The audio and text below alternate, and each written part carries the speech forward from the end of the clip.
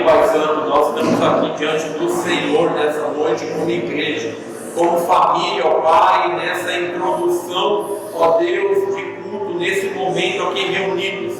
Nós cremos no Teu agir, no Teu poder, na Tua misericórdia, Pai. E a Tua palavra para nós essa noite é que há um lugar para cada um de nós na mesa do Rei, ó Pai. Nós éramos aleijados, nós éramos coxos, ó Pai, nós éramos pecadores em extremo, miserável homem que somos, ó Pai, fadados ao fracasso, à morte eterna, mas o Teu Filho nos alcançou e trouxe a Tua promessa dizendo: há lugar na mesa do Rei para cada um de vocês. E nós cremos nessa verdade nessa noite, como igreja, como Teu povo. Nós estamos aqui porque nós reconhecemos que a cada dia, a cada amanhecer, o Senhor tem nos colocado na Tua presença, nesse lugar, ó Pai, nesse banquete espiritual. O Senhor tem sido provedor na nossa família, o provedor na nossa saúde, na nossa vida material, no nosso intelecto, ó Pai. O Senhor tem sido nosso provedor na nossa área, ó Deus, de trabalho, na nossa área profissional. Ó Pai, nós reconhecemos que o Senhor tem provido aquilo que é necessário. O que é isso se não estar sentado à mesa do Rei? E nós declaramos nessa noite que o nosso único e soberano Rei é o Senhor, porque o Senhor governa sobre o céu, sobre a terra, sobre todo o universo. Não há Deus comparado ao Senhor, porque só o Senhor é Deus, acima dos céus e em todo o universo. Ó Deus, transforma o coração do Teu povo essa noite, usa da Tua palavra, ó Deus, que ela encontre guarida em cada coração, que nós possamos entender e sermos gratos, porque nós nos assentamos na mesa com o Senhor, ó Pai, a cada manhã, a cada entardecer, a cada anoitecer. O Senhor tem nos tirado de valas, ó Pai, que nos levam à destruição. O Senhor tem nos livrado da morte certa, por meio de acidentes, de tragédias, e o Senhor tem nos dado o sopro da vida a cada manhã, Pai.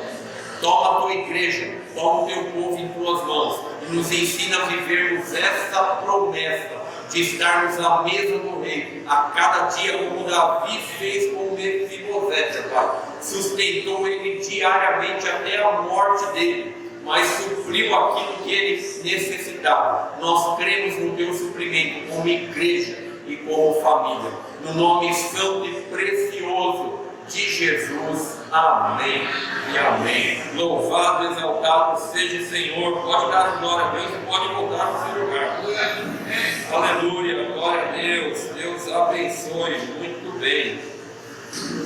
A Tchelle vai ficar sentada ali, ainda que eu não tenha o projetor, mas ela vai usar alguns textos que eu vou precisar, conforme eu pedir, tá bom?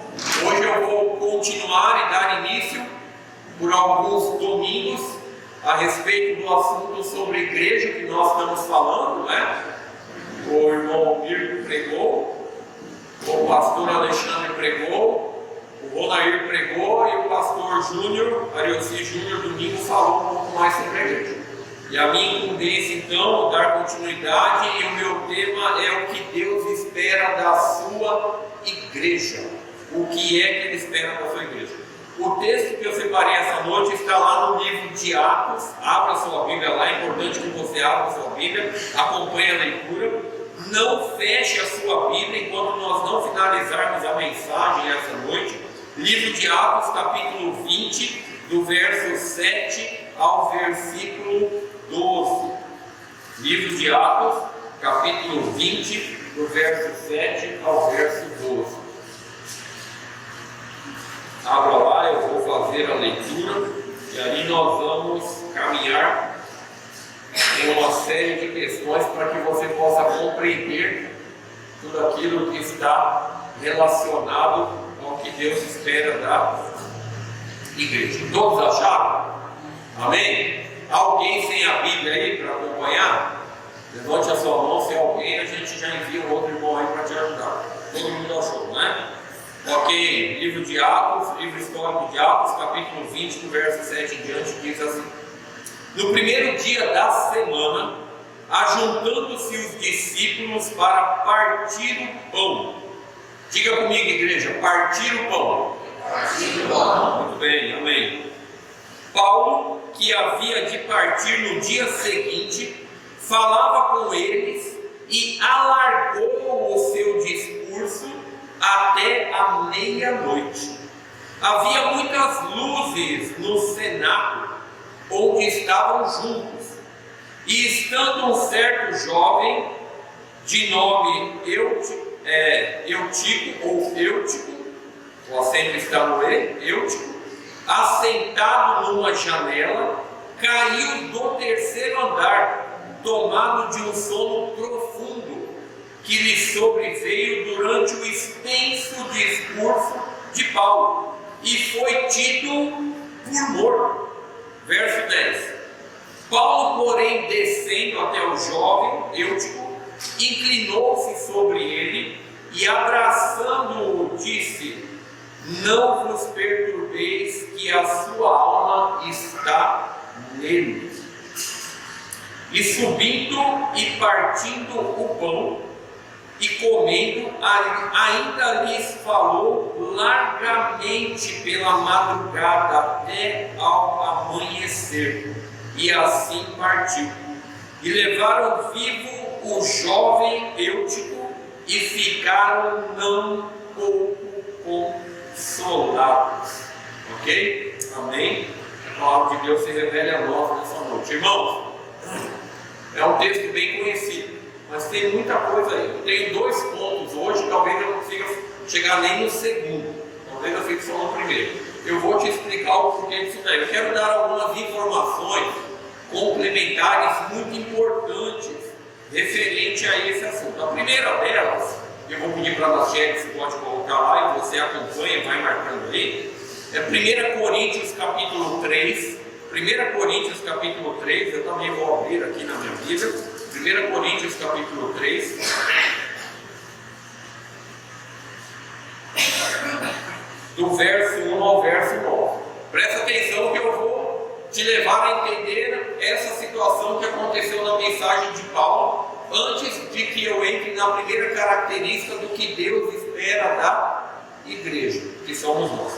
1 Coríntios capítulo 3, verso 1 ao verso 9. Olha lá o que Paulo diz: e eu, irmãos, não vos pude falar como a espirituais, mas como a carnais, como a meninos em Cristo. Com leite vos criei e não com manjar, porque ainda não podieis, nem tampouco ainda agora podeis. Porque ainda sois carnais, pois havendo entre vós inveja, contenda, dissensões, não sois porventura carnais e não andais segundo os homens. Porque dizendo, presta atenção nessa parte da escrita de Paulo. Porque dizendo um, eu sou de Paulo, e outro, eu sou de Apolo, porventura não sois carnais? Verso 5. Pois quem é Paulo e quem é Apolo, senão ministros pelos quais cresce, e conforme o que o Senhor deu a cada um? Verso 6. Eu plantei, Apolo regou, mas Deus deu o crescimento. Pelo que nem o que planta é alguma coisa, nem o que rega, mas Deus que dá o crescimento. Ora, o que planta e o que rega são um, mas cada um receberá o seu galardão, segundo o seu trabalho. O verso 9. Porque nós somos cooperadores de Deus. Vós sois a lavoura de Deus e edifício de Deus. Outro texto. Atos, capítulo 18, verso 24 a 28. Enquanto a Nachelle coloca ali, o que estava acontecendo na igreja de Coríntios? Estava acontecendo preferências por aqueles que pregavam. Eu estive pastoreando uma igreja lá em Bragança, nesse tempo, antes de vir para cá, e havia uma escala de pregadores. E o pastor, ele não anunciava essa escala na igreja. Por quê? Porque os irmãozinhos olhavam quem ia pregar e falavam assim: eu não vou, porque eu não gosto daquele pregador. Eu não vou porque aquele pregador é muito cansativo. Eu não vou porque aquele pregador prega muito. Aquele lá eu vou porque o cara é bom.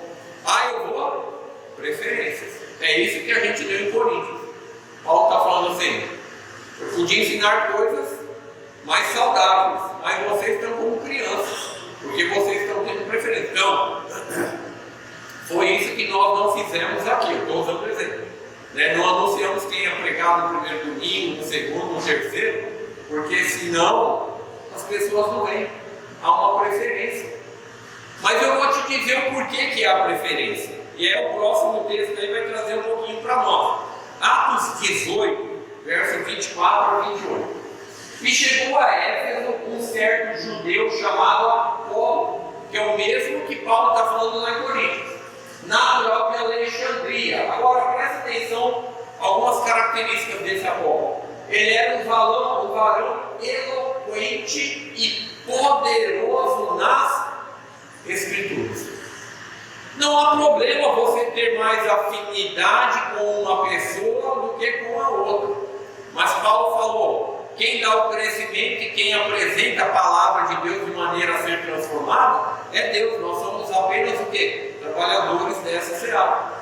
Esse Apolo, a Bíblia diz que ele era um varão eloquente e poderoso nas Escrituras. O camarada, quando ele pregava, quando ele ensinava, ele arrebatava os ouvintes à plateia, e não só arrebatava, mas levava eles a um constrangimento e a uma transformação de vida pela ação poderosa do Espírito Santo por meio da vida dele, porque cada um tem um dom específico, ok? Cada um tem um dom específico, mas não para aí, só grave isso, ele era eloquente e poderoso na pregação da palavra. Este era instruído no caminho do Senhor e fervoroso no Espírito, falava e ensinava diligentemente. Ele era fiel na sua doutrina, as coisas do Senhor, conhecendo somente o batismo de João. Ele ainda não tinha recebido o Espírito Santo de Deus. Ele era instruído só no batismo de João. Presta atenção. Quem estava de manhã vai entender o que eu estou falando, porque eu ensinei pela manhã. Uma mula pregou para Balaão.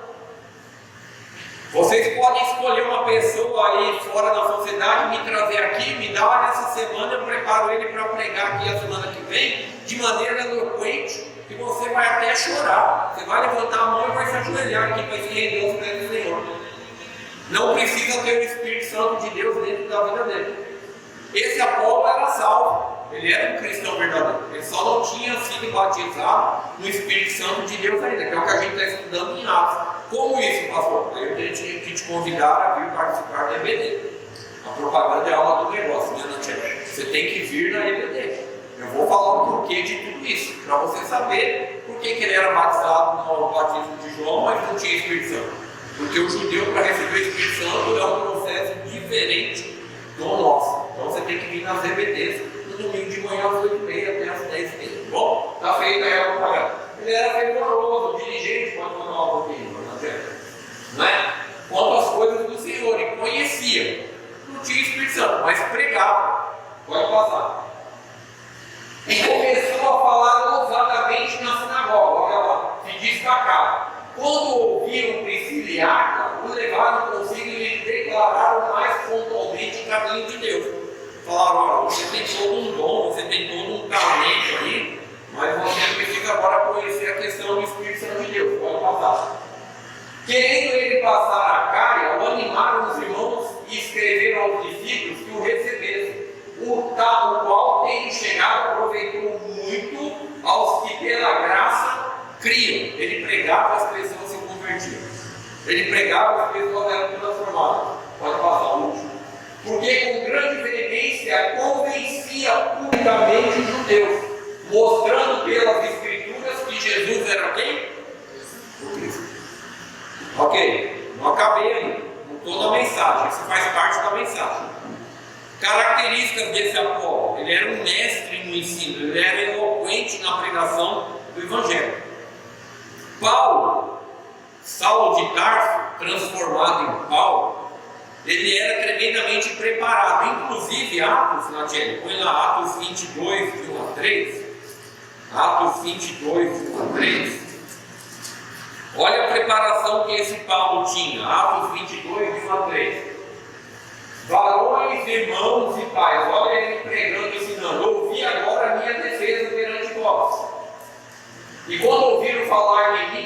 hebraica, maior silêncio guardado, e disse: quanto a mim, sou varão judeu, nascido em Tarso, da Cilícia, mas criado nessa cidade aos pés de Gamaliel. Gamaliel era uma escola judaica que tinha no período de Paulo. E ele estudou numa das melhores escolas. Ele foi preparado e instruído. Ele falava línguas diferentes, não línguas espirituais, que a gente já estudou em Atos. Línguas das nações. Ele tinha um preparo tremendo. Instruído conforme a verdade da lei de nossos pais, zeloso para com Deus, como todos vós hoje sois. Atos 26, verso 28. Olha o que diz, Atos 26, verso 28. E disse Agripa a Paulo: por pouco me queres persuadir a que me faça cristão. Paulo foi se defender diante do rei Agripa, do governador, e ele tinha uma eloquência tal na maneira de expor a Sagrada Escritura, que o rei fala para ele assim: por muito pouco você não me convence para esse caminho que você está querendo. Porque o cara era bom. Ele era bom naquilo que ele fazia. Ele era bom em persuadir as pessoas. O entendimento, o vasto preparo, o conhecimento que ele tinha. Mas Paulo não era uma pessoa tão eloquente, se você está acompanhando o pensamento, como Apolo. O forte de Paulo não era a pregação. Ele era bom de conversa e ele era bom de escrita. Não é à toa que Paulo escreveu as 13 epístolas do Novo Testamento. Ok? São 27 livros do Novo Testamento. Dos 27, 13 são de autoria paulina. Mesmo que em alguns não foi ele que escreveu, mas ele ditou e uma pessoa escreveu para ele, o forte dele era com a letra. Ele conseguia desenvolver a transmissão por meio daquilo que numa conversa e numa escrita outros não conseguiam. Então o forte de Paulo não era a eloquência, ele era bem preparado, ok? Era a escrita e a maneira de explicar as coisas. Por isso que lá em Coríntios, onde nós lemos, Paulo está falando assim, agora você vai entender. Por que vocês estão dizendo que eu sou de Paulo e eu sou de Apolo? Porque uns gostavam da eloquência de Apolo pregando. Está entendendo? Outros já gostavam de Paulo, porque Paulo vinha com uma conversa peculiar e ele influenciava a pessoa por meio da conversa. E ele descrevia isso nas suas epístolas. Ele não tinha a eloquência que Apolo tinha. Ele falava: o que vocês estão querendo dizer que eu sou de Paulo, eu sou de Apolo? Não existe isso dentro da igreja. Pastor, por que o senhor está falando isso daí? Porque quem tem preferência por pregadores, irmãos, dorme em meio à pregação do Evangelho. Não estou entendendo, pastor. Quem tem preferência por pregadores, dorme em meio ao Evangelho. O que aconteceu com o jovem Eutico? Dormiu. Quem estava pregando, Apolo ou Paulo? Paulo. Entendeu agora onde eu estou chegando? Imagina um camarada que não tem eloquência, não aumenta, não demonstra na mensagem aquela eloquência, não fala, não interage com as pessoas, ele fica lá. E aí o camarada está lá no terceiro andar. Daqui a pouco ele vai dormir nele, caiu no terceiro andar. Porque Paulo não era eloquente na transmissão, por isso que ele prolongava a mensagem dele. Eutico estava lá no terceiro andar, como ele prolongou o discurso, ele foi ficando cansado, ele dormiu. O que o senhor quer dizer com isso, pastor? Que se dentro da igreja, da nossa igreja, isso aqui é um ensino, está dentro da mensagem, você tem preferência por pregador, você está dormindo em meio à pregação do Evangelho. Você vai sempre ficar esperando um milagre, mas você esquece que você foi chamado para ser um instrumento de milagre nas mãos de Deus para abençoar outras pessoas. Porque Deus usa quem Ele quer da maneira que Ele quer. Paulo escrevendo aos Coríntios, ele diz: porque o Espírito Santo dá a cada um um dom como lhe apraz.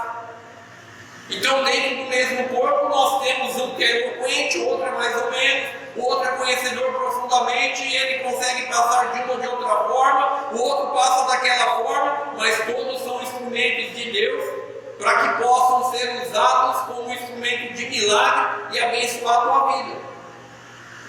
Por que eu, Tico, caiu? Porque a verdade não estava no que Paulo estava transmitindo, mas sim no milagre que ele ia realizar na mensagem. Entendeu agora o que está acontecendo? Sim ou não? Essa é a questão lá do livro, por isso que a gente tem que entender.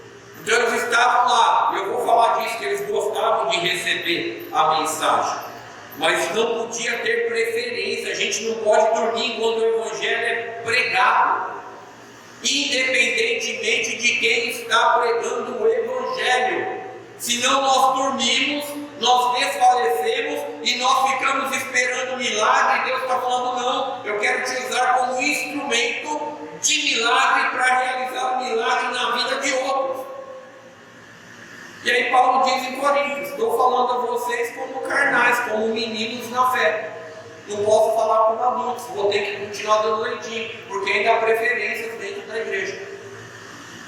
E aí eu tive que dormir. Por quê? Paulo não era eloquente nas palavras. Apolo era. Paulo era tremendamente conhecedor e preparado, mas ele tinha um dom diferente de transmitir a palavra de Deus, o qual Apolo não tinha. Quantas cartas Apolo escreveu? Nenhuma. Está entendendo a diferença? E aí nós chegamos no texto que estamos lá, volta lá, fica com a Bíblia aberta em Atos capítulo 20, ok? Do verso 7 ao verso 12. E ali nós vamos entender o que é que Deus está esperando da igreja, da qual nós fazemos parte. Existe hoje, irmãos, nesse tempo, esse momento que nós estamos vivendo, uma variedade de igrejas para todo gosto, aqui em Três Lagoas, no estado do Mato Grosso do Sul, no Brasil e no mundo, uma variedade de religiões que são apresentadas diante de nós. De certa forma, isso é saudável. Coloca para mim aí na tia, 1 Pedro 4,10. Olha o que diz esse texto, 1 Pedro 4,10. Vai enfatizar o que eu falei para vocês aqui. Primeira Epístola de Pedro, capítulo 4, verso 10, marque aí, e abra também, diga assim: cada um administre aos outros o dom como o recebeu. Ora, Deus me deu um dom, eu não posso querer copiar o Silas Malafaia, eu não posso querer copiar o Billy Graham, eu tenho que ser quem eu sou para pregar e quem eu sou para ensinar. Ó Mir, vou daí. Claro que existem técnicas que nós podemos melhorar, isso é um fato, mas eu tenho que administrar o dom que eu recebi do Senhor aos outros da maneira como eu recebi. É isso que tem que acontecer, como bons despenseiros da multiforme graça de Deus. E aí que é interessante, que eu me detive bastante essa semana também. Por que da multiforme graça de Deus? Porque a graça dele se estende a cada um que tem o seu dom específico, a sua eloquência ou não na transmissão da palavra de Deus, para alcançar aqueles que são adequados ao dom que a pessoa recebeu. Ora, eu não posso chegar no meio de uma tribo indígena e pregar da maneira que eu prego aqui, usando todo o conteúdo e material que eu uso. Eles não vão entender. A própria cronologia bíblica, quando eu ensino para um grupo, diferente aspecto, classe social, classe educacional, eu tenho que saber que palavras eu vou usar e de que maneira eu vou ensinar, senão o Evangelho não alcança o coração deles. O pastor missionário Júnior falou disso aqui, a língua ela vai variando. Então, esse dom, cada um recebeu para ser um despenseiro da multiforme graça de Deus. É por isso que é interessante nós termos uma variedade de igrejas.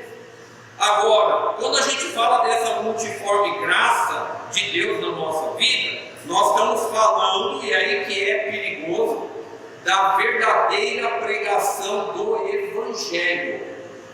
Não adianta nós termos uma variedade de igreja, se nessa igreja os dons, entre aspas, que dizem que tem, não está sendo usado para pregar o verdadeiro evangelho, que é a sã doutrina de Deus. Está acompanhando aqui, sim ou não? Aí não adianta nós termos o número de igreja que nós temos, se a sã doutrina não é pregada. Por outro lado, contudo, porém, se torna muito perigoso esse número aí de igreja. Por quê? Porque é um sincretismo religioso hoje, envolvido num ecumenismo que vem do pós-modernidade, lá com a queda do muro de Berlim. Esse pós-modernismo que invadiu o nosso meio religioso e o nosso meio social, tão influente, que tem se tornado destruidor e tem gerado nessas igrejas um fanatismo e um ritual de sincretismo cheio de simbologias bíblicas, das quais não fazem parte da sã doutrina nos nossos dias. E aí é perigoso. Aí é perigoso esse tipo de coisa. É o que estava acontecendo lá, nesse momento em que Paulo está pregando e defendendo aquilo que os irmãos tinham necessidade de conhecimento. Se nós não pregamos o verdadeiro evangelho, nós vamos responder por aquelas vidas que estão ouvindo, porque elas são afastadas do convívio da palavra de Deus, e nós fazemos elas duas vezes filhas do inferno. Abre lá para mim, Natiele, Mateus 23, verso 15. Olha o que Jesus fala a respeito disso. Mateus 23, verso 15. Eu espero que você esteja acompanhando aí direitinho. Diz assim: ai de vós, escribas e fariseus. Quem são os escribas e fariseus? Líderes religiosos, que tinham a responsabilidade de ensinar o povo. Vocês são hipócritas, pois que percorreis o mar e a terra, e se tiravam onde eles podiam, para fazer um prosélito. O que é um prosélito? Prosélito é um gentil convertido ao judaísmo. Eles queriam pegar o gentil, nós somos gentios, e convertê-los ao judaísmo. Só que o judaísmo não salva. O judaísmo não muda a vida das pessoas. O judaísmo ele não transforma. Aí Jesus diz assim: vocês percorrem o mar e a terra para fazer um prosélito. O gentil se converter ao judaísmo. E depois de ter feito, fazeis filhos do inferno quantas vezes?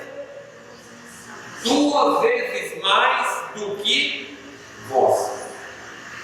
Então Paulo, ele também enfrentou essa dificuldade nesse tempo aqui, no início da era cristã, no início da igreja. Isso não é novidade só para nós, ele enfrentou esses desafios para poder caracterizar uma igreja de acordo com a vontade de Deus. Está conseguindo acompanhar? Ele enfrentou isso para que a igreja criasse características que agradassem a Deus.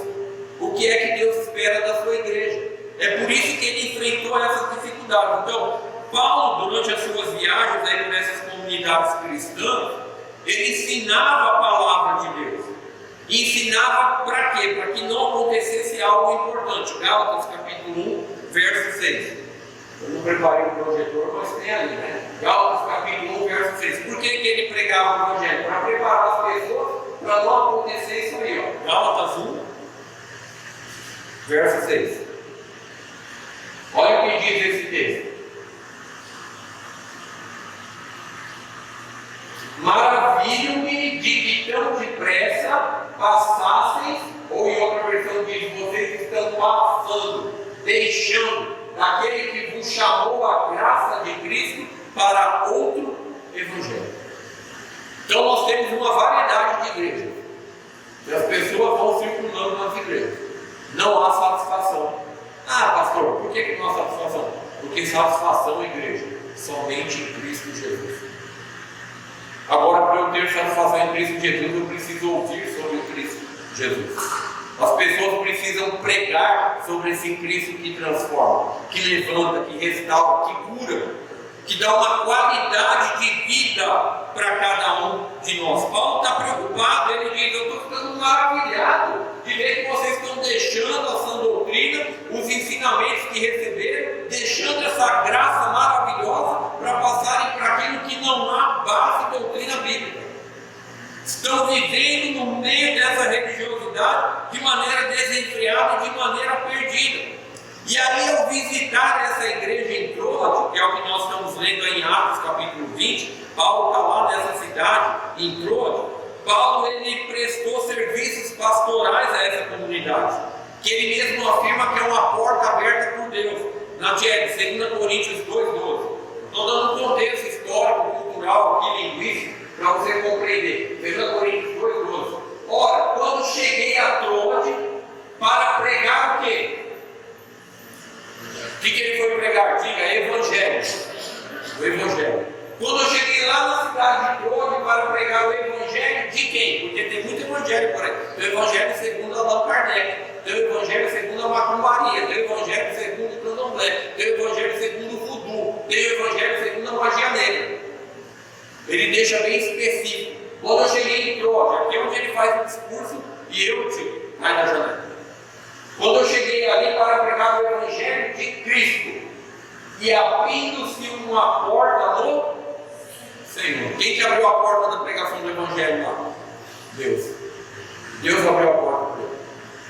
Porque o que importa é a transmissão do verdadeiro Evangelho. Foi nessa viagem a Troade que aconteceu esse fato marcante aí, que foi a queda do jovem Eutico, que era para demonstrar o milagre de Deus, não por meio da mensagem dele. Porque agora você já sabe que ele não era eloquente na fala. Ele não era um Apolo que pregava, que gritava, que exortava, que falava. Ele era alguém mais manso e calmo. Ele gostava de escrever, de ir por embate pessoal, falar. E aí aquele dia ele tinha tanta coisa para falar que se prolongou a conversa dele até a meia-noite.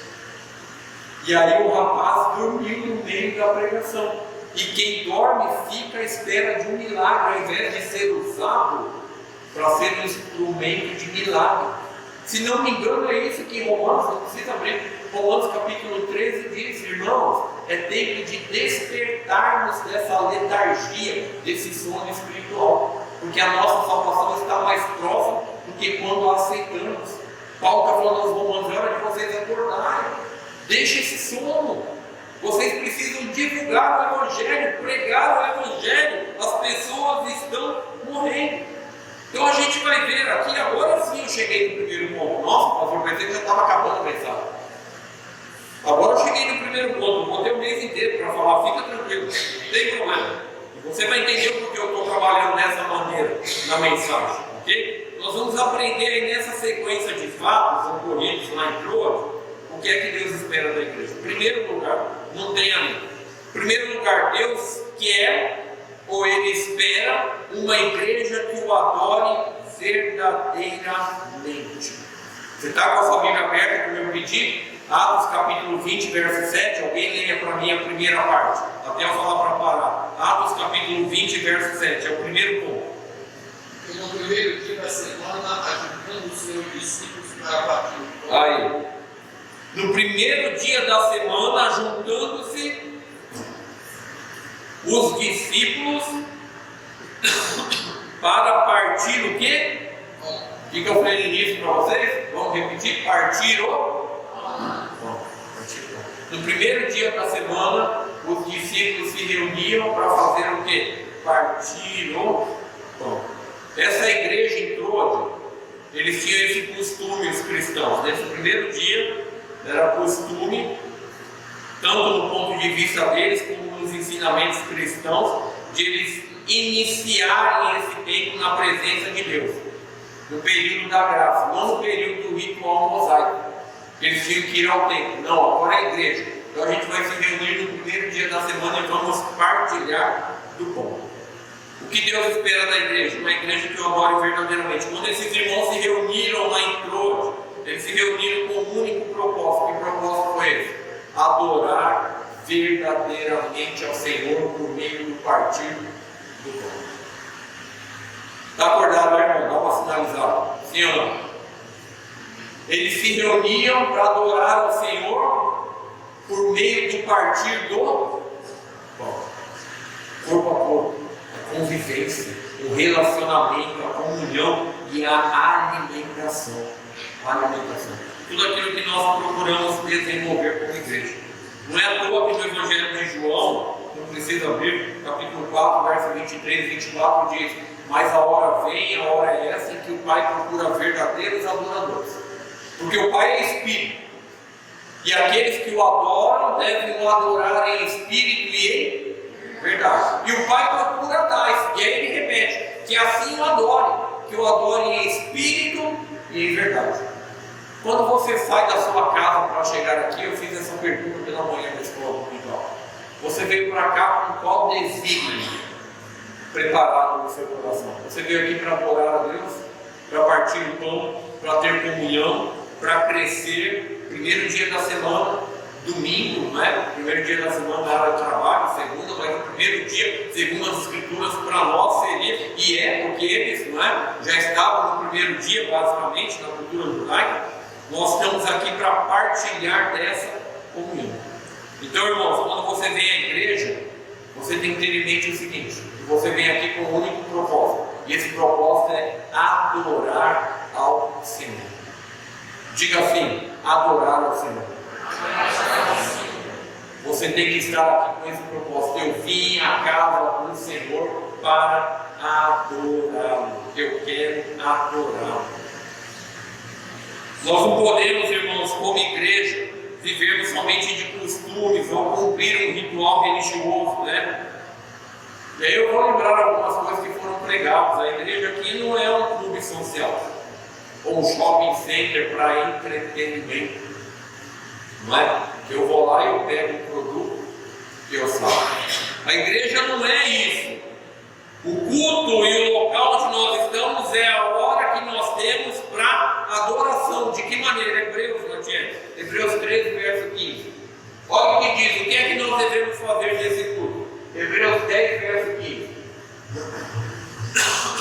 Portanto, e também Hebreus 10, 15, 13, 15, desculpa, eu falei 10, desculpa, 13, 15. Portanto, ofereçamos sempre por ele a Deus sacrifício de louvor, isto é, o fruto dos lábios que confessam o seu nome. O culto é o local para a sua adoração. Você vem aqui para, por meio dos seus lábios, produzir o fruto, é o que o texto diz, dos lábios que confessam o seu nome. Irmão, eu não venho aqui para te agradar. Ainda que tudo isso se passa enquanto eu preparo a mensagem, né? Eu tenho que pensar: será que isso aqui que o Espírito Santo está falando que eu devo colocar, será que vai ofender alguns irmãos? Será que isso aqui a pessoa vai entender que eu estou dando uma estilingada nela? E aí o Espírito Santo fala para mim assim: prega o Evangelho. Prega o Evangelho. Não seja omisso, pregue o Evangelho. Eles precisam aprender a adorar, a entender que o fruto dos lábios dele devem professar o meu nome em cada encontro como igreja, como povo de Deus. Então, o encontro que nós temos aqui como igreja é um encontro de adoradores que reconhecem os méritos do sangue de Cristo, aquilo que ele fez na cruz do Calvário. Por isso nós professamos o seu nome. Eu reconheço o que Cristo fez na cruz do Calvário por mim. E aí eu venho aqui para professar o seu nome publicamente. Não venho aqui para agradar, para desfazer ou para refazer. Eu venho aqui para adorar única e exclusivamente o Senhor. Mas muitas comunidades aí durante o culto, elas possuem tanto entretenimento, irmãos, que a verdadeira adoração tem sido deixada de lado. E a gente precisa entender algo verdadeiro. Efésios 1, verso 12. Natiele, por favor. Nós precisamos entender o porquê que nós fomos criados. Efésios 1, verso 12. Com o fim de sermos para louvor da sua glória, nós os que primeiro esperamos em Cristo.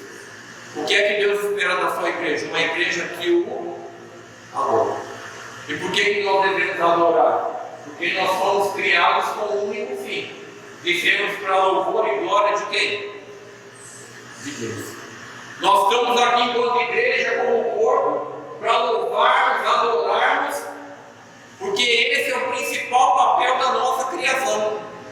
Deus nos criou para que nós pudéssemos adorá-lo, desenvolvermos essa adoração a Ele. Então nós precisamos usar a nossa vida, Romanos 11:36, que é bem conhecido.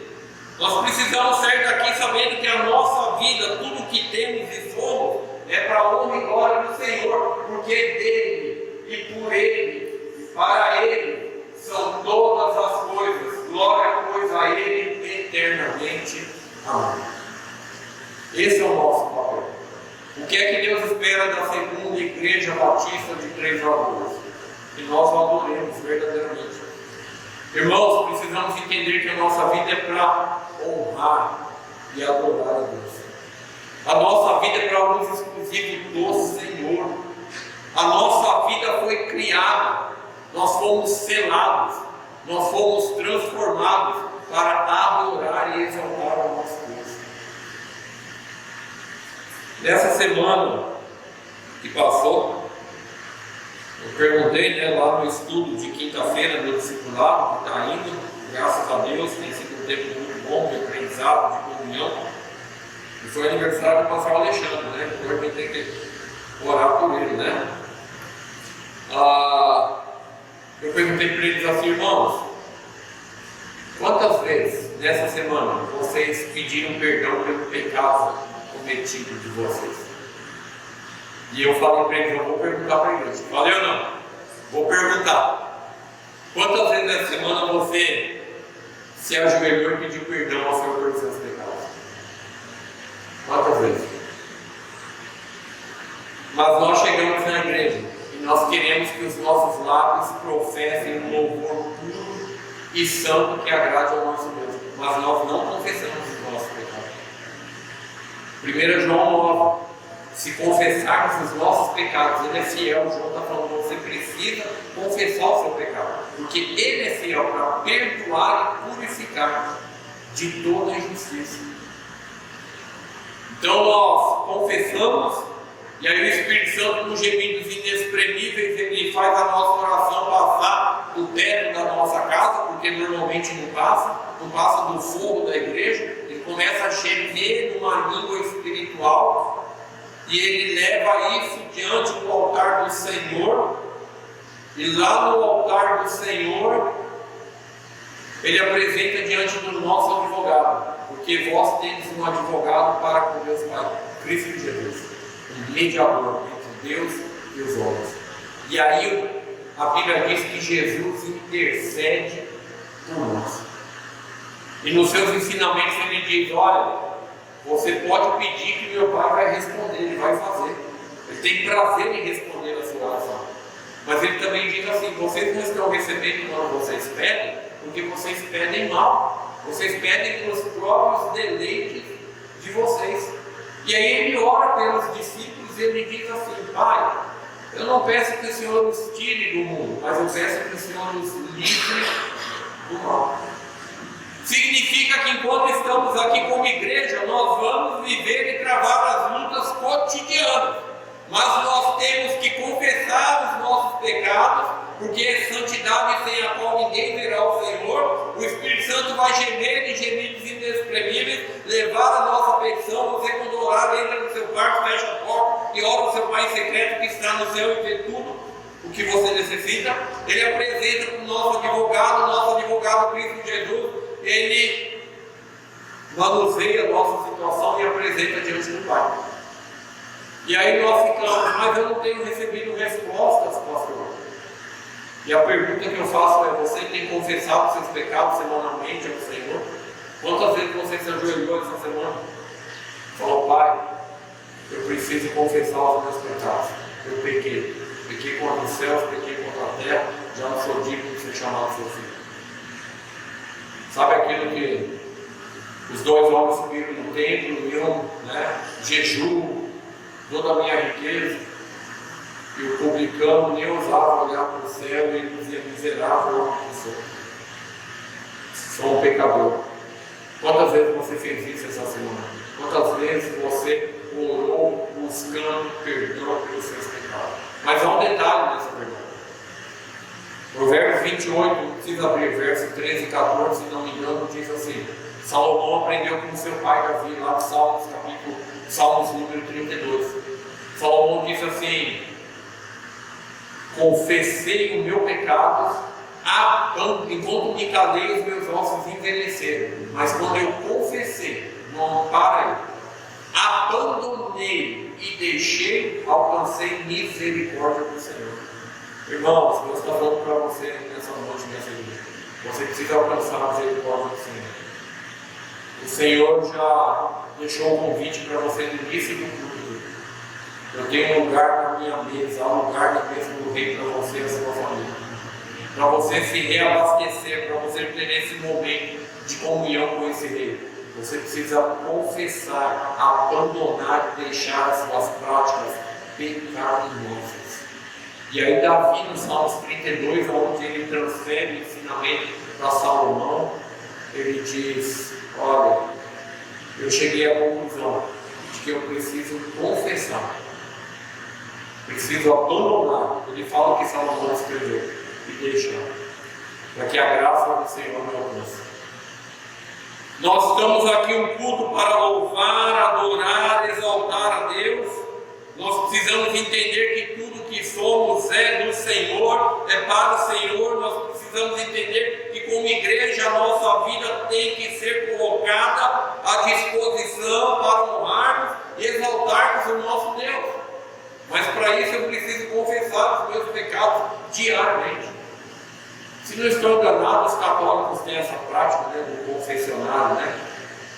E a Bíblia diz: há um mediador só entre Deus e os homens, Cristo Jesus, que intercede por vós. Eu falo com ele, o acesso está aberto. O católico romano, ele vai até o confessário lá, né, o confessionário, e lá ele confessa seus pecados ao homem, que é pecador tanto quanto ele, que peca tanto quanto igual a ele. Não há perdão dos pecados, nós devemos confessar ao Senhor. O que é que Deus espera da sua igreja? Uma igreja que o adore verdadeiramente. Mas para que nós o adoremos verdadeiramente, nós precisamos confessar os nossos pecados. Não só confessar, mas abandonar e deixar, para alcançarmos misericórdia do Senhor. E aí, encerro dizendo que, eu falei que ia dar só o primeiro ponto, né? Encerro dizendo que eu citei no início da mensagem. Davi falou para Ziba: vai lá e diga para Mefibosete que há lugar na mesa do rei. Como que nós vamos nos assentar na mesa do rei? E Deus é misericordioso. Se nós vivemos uma vida de pecado, nós não estamos nem adorando verdadeiramente ao Senhor enquanto reunidos, nós não estamos nem falando do pão, nós não estamos nem participando com o pão, não estamos nem partilhando do pão. E Deus tem sido misericordioso, tem falado: olha, observe as características que você tem estado à minha mesa. Eu tenho subido diariamente, eu tenho guardado, eu tenho cuidado, eu tenho zelado pela tua mão. Feche os seus olhos, amada igreja, curva a sua cabeça. Vou convidar a equipe de louvor aqui, vou finalizar no horário, 8h27. Semana que vem a gente continua. Feche os seus olhos, curva a sua cabeça.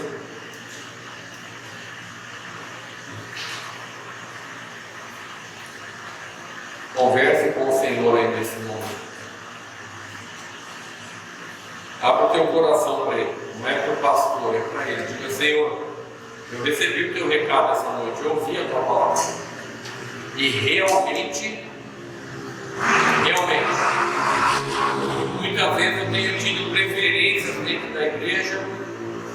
Muitas vezes no meu caminhar eu tenho deixado de adorar o Senhor e as coisas não têm acontecido. Não é uma regra, mas é porque eu não tenho confessado os meus pecados. E o Senhor deixou claro que há um lugar na mesa do rei para que eu possa partilhar das suas bênçãos. Diga para o Senhor aí que eu tenho sido faltoso, eu não estou presente nessa mesa. Lembra do Salmos 23? Preparas-me uma mesa perante os meus adversários. Sabe o que significa os adversários naquele salmo? As derrotas contra tudo que o mundo, o inimigo e a carne propõe para você. E o Senhor tem te livrado, irmão, querido, querida, amada igreja. E aí a promessa no Salmos 23 é: eu vou preparar uma mesa para você ver o quanto você tem sido livre, guardado e protegido pela minha maravilhosa graça. E você não quer estar nessa mesa. Diga para o Senhor: eu quero a partir de hoje te adorar verdadeiramente. Eu quero me assentar nessa mesa, eu quero te servir, eu quero te exaltar. O Senhor já me convidou, assim como Ele convidou o Mefibosete lá, a um lugar para mim nessa mesa. Mas eu tenho falhado. A falha não é do Senhor, é minha. Pai querido, Pai santo, nós entendemos a Tua palavra nesse momento, aquilo que foi colocado, aquilo que foi apresentado. Sabemos que somos falhos, pecadores, carentes da Tua graça, da Tua misericórdia. Mas nós queremos sair daqui diferentes de quando nós chegamos. E nós pedimos ao Senhor, nos ajuda a nos ajoelharmos essa semana e pedirmos perdão pelo nosso pecado diário, para que possamos estar nessa mesa maravilhosa, que é a mesa de adoração ao Senhor, como gratidão pelo Teu suprimento, o Teu cuidado, o Teu amor sobre a vida de cada um. Ó Pai, abençoa a Tua igreja, a segunda igreja batista de Três Lagoas, abençoa o Teu povo, cada família. Ó Pai, as lutas que cada um tem enfrentado, derrama sobre eles o Teu agir poderoso, Pai, e concede a vitória. Anima os desanimados, fortalece os enfraquecidos, cura aqueles que estão atormentados, dá vigor ao cansado, renova aqueles que estão fatigados, ó Pai, e nos eleva para mais próximo do Senhor por meio da nossa adoração, porque nessa noite nós aprendemos que o que o Senhor espera da igreja é uma igreja que te adore verdadeiramente, e nós queremos viver verdadeiramente te adorando como Teu povo. Continua a receber o nosso louvor e a nossa adoração nessa noite, em nome de Jesus. Amém. Amém. Vamos ficar em pé, amados? Vamos louvar o Senhor com intensidade. Se